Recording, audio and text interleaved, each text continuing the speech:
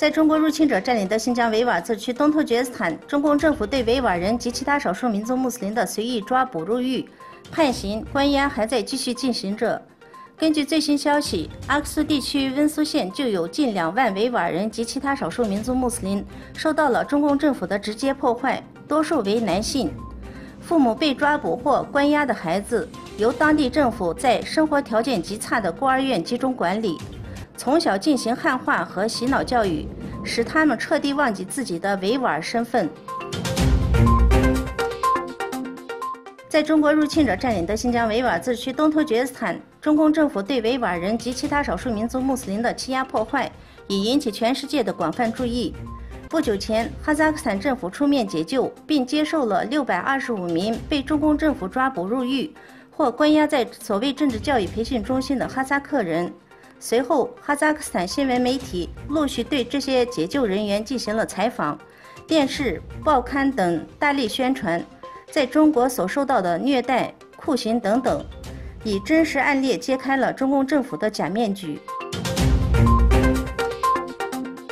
根据外交部网站8月18日报道，土耳其外长与中国外交部长通电话，就当前形势进行了深入交流。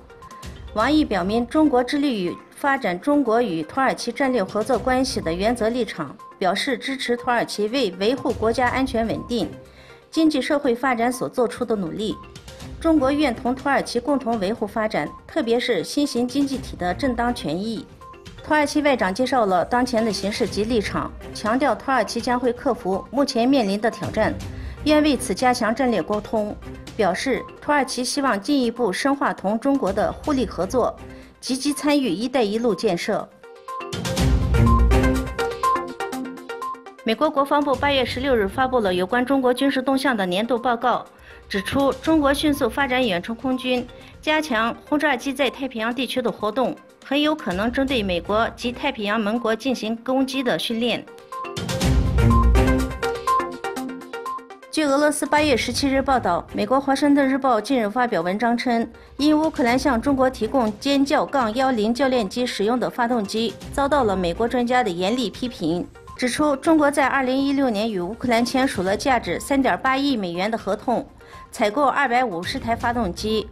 到目前为止，乌克兰已向中国交付了20台。